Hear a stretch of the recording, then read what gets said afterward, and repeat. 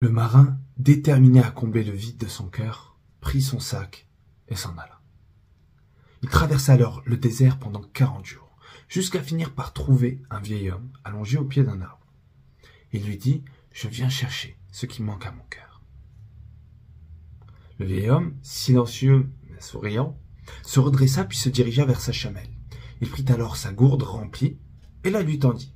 « Si tu ne parviens toujours pas à étancher ta soif, pars à la rencontre du sage de l'océan. Il te donnera peut-être ce qu'il manque à ton cœur. » Le marin se dirigea alors vers l'océan pendant 40 jours. Il s'attela à construire une embarcation de fortune avant de se lancer dans l'eau. Il arriva alors sur une île où l'attendait le sage de l'océan. « Je viens chercher ce qui manque à mon cœur. » Le vieil homme saisit alors un petit coffre posé à ses côtés, il l'ouvrit et glissa une poignée de sable chaud.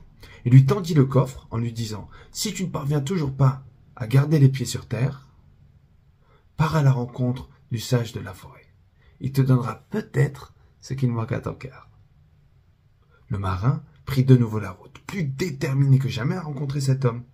Pendant 40 jours, de nouveau, il marcha dans la pénombre de la forêt, dormant en hauteur et marchant furtivement pour éviter d'être attaqué par les animaux sauvages.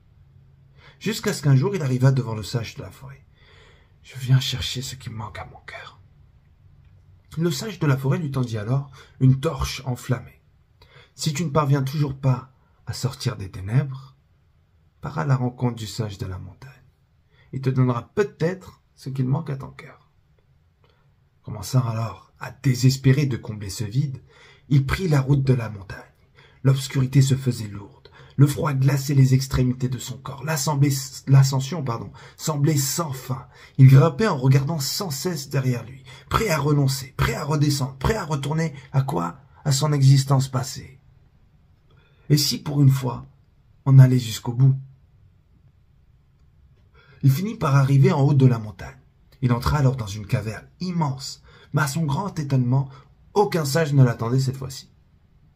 Seul un immense récipient était posé au milieu de la pièce avec une gravure ayant pour écrit « Libère tes mains de ce que ton cœur a acquis » et le sage de la montagne apparaît.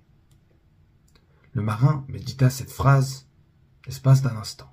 Fatigué, épuisé et vidé, il sortit de son sac la gourde de l'homme du désert et vida le contenu dans le réceptacle de la caverne. Il sortit le coffre du sage de l'océan et vida le contenu dans le réceptacle de la caverne. Il prit la torche du sage de la forêt et la jeta, désespéré, fatigué, dans le réceptacle de la caverne. Mais, à sa grande surprise, un immense brasier apparut alors d'un seul coup. Le brasier illumina toute la caverne. Les flammes étaient immenses. En haut de la montagne, le vent qui soufflait semblait alimenter ce feu qui s'agita toute une nuit durant.